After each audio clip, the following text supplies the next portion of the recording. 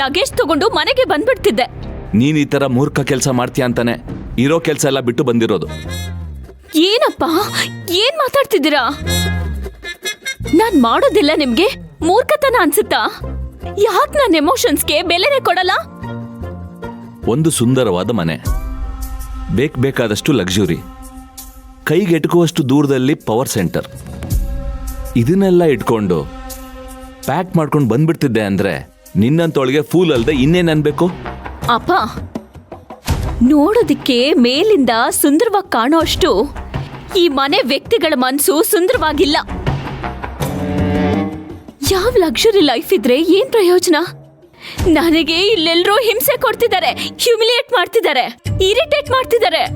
ನನ್ನ ಗಂಡನ್ಗೆ ಅವ್ರ ಅಕ್ಕನೇ ಅಮ್ಮ ಆಗ್ಬಿಟ್ಟಿದ್ದಾರೆ. ಅವ್ರ ಅಕ್ಕನ್ ಮಾತೆ ವೇದವಾಕ್ಯ ಆಗ್ಬಿಟ್ಟಿದೆ.